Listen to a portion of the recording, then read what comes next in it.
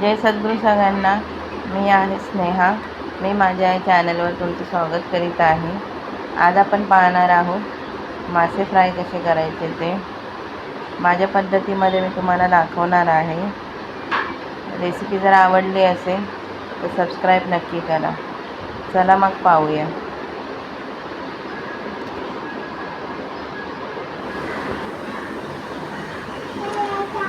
मसाला आपण वाटण करून घेणार आहोत. मी एक छोटी अर्धी वाटी इतके धणे घेतलेले आहे. छोटी अर्धी वाटी इतकी राई घेतलेली आहे. छोटी अर्धी वाटी इतके जिरं घेतलेलं आहे.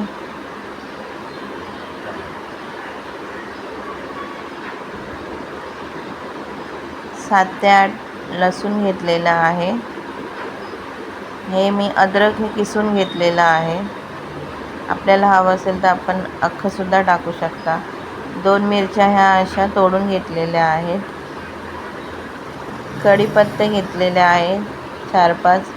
कढीपत्ते फक्त आपल्या वाटणाला फ्लेवर देण्यासाठी घेतलेले आहे. आमचूर घेतली आहे अर्धी वाटी. आणि आता आपण कोथिंबीर टाकणार आहोत.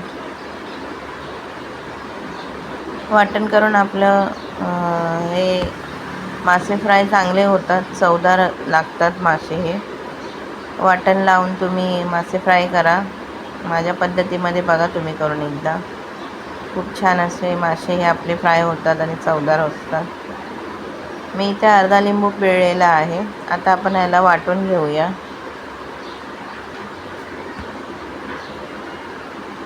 इथे मी हे मासे घेतलेले आहेत. हे बांगडा मासा आहे हा.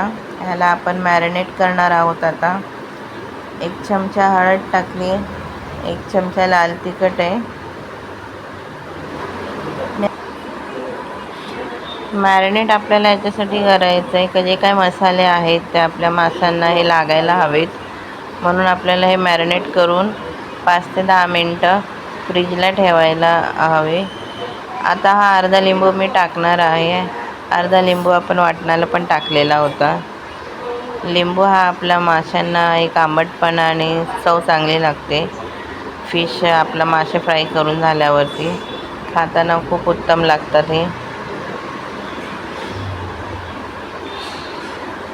आता आपण याच्यामध्ये आपलं जे काय वाटण होतं ते वाटण टाकणार आहोत. वाटण थोडंसं म्हणजे पातळ करायचं, एकदम घट्ट पण नाही करायचं. तो मसाला आपला लागायला हवा आहे माशांना, म्हणून तुम्ही पाहू शकता वाटण मी एवढं पातळ केलेलं आहे. ह्याच्याने आपला जो मसाला आहे तो चांगला आपल्या माशांना लागतो आणि आतपर्यंत मुरतो मसाला. आणि हे आपलं मॅरिनेट करून झाल्यावरती आपल्याला हे 5 ते 10 मिनटासाठी फ्रीजरला ठेवायचं आहे, म्हणजे पटकन आपला हा मसाला मॅरिनेट होऊन आपल्या माशांना लागेल.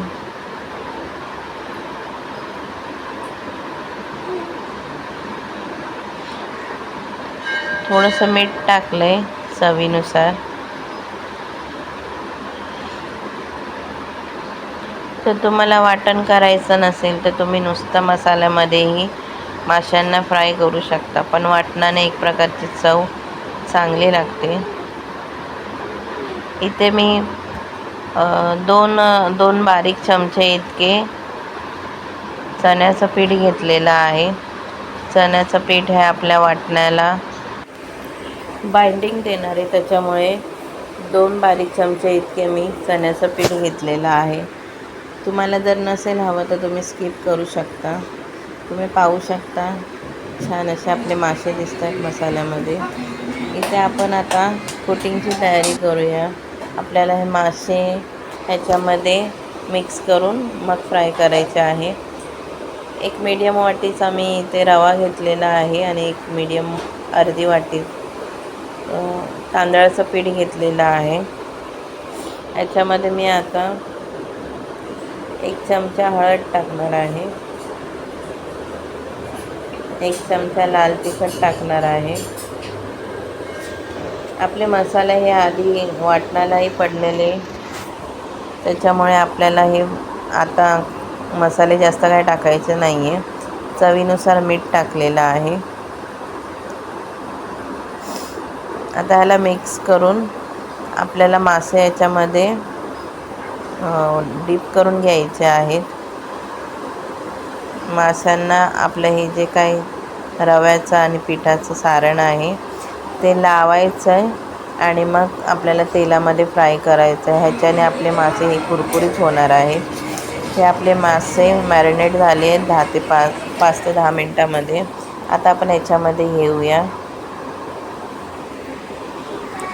आपले जे काय आहेत मासे. आपण सगळे हे याच्यामध्ये हे पीठ लावून घेणार आहोत, पीठ आणि रवा.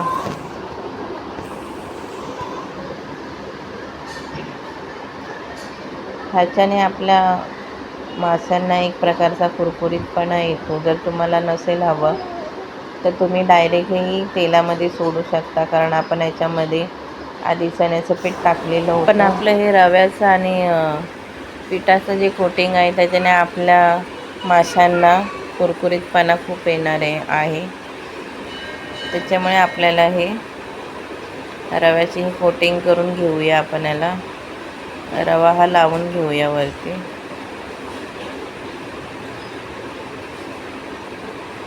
अशाच प्रकारचे आपण सगळे मासे याच्यामध्ये रवा हा लावून घेणार आहोत माशांना.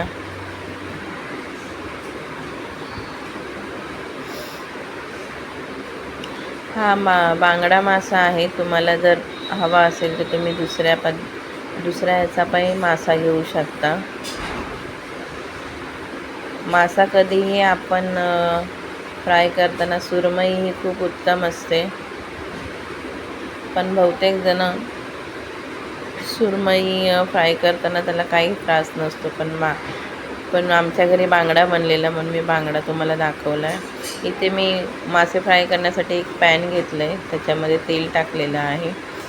आता आपल्याला हे सगळे मासे फ्राय करून घ्यायचे आहेत.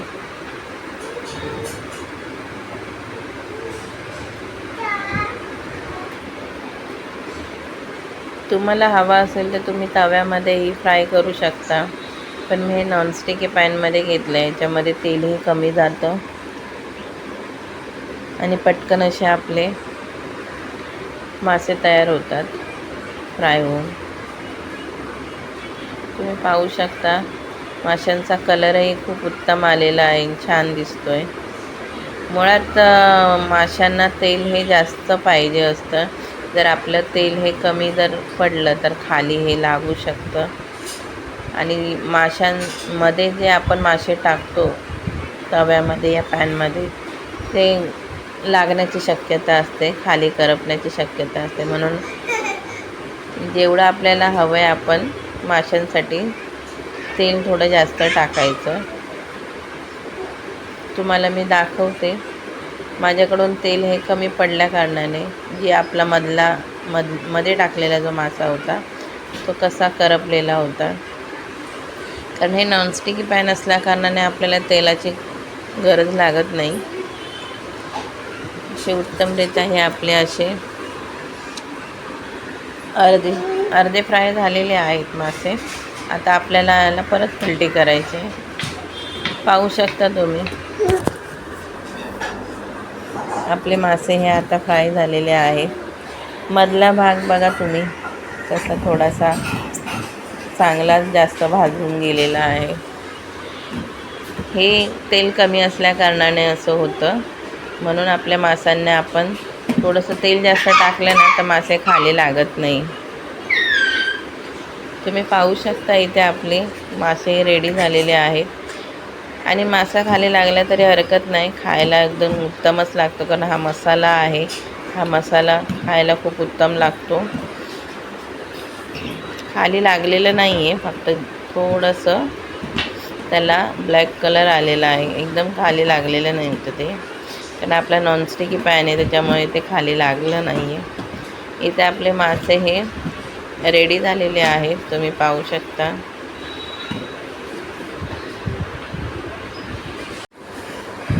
तुम्ही पाहू शकता मासे हे आपले रेडी झालेले आहेत. अशा पद्धतीमध्ये तुम्ही मासे बनवा आणि वाटण करून बनवा एकदा माझ्या पद्धतीमध्ये. बघा तुम्ही, फारच उत्तम आणि चवदार लागते मासे हे. नुसतं तुम्ही असं कांद्याबरोबर जरी खाल तरी चवदार लागतात हे मासे, आणि असंही जरी तुम्ही खाल तरी खूप उत्तम लागतात ते.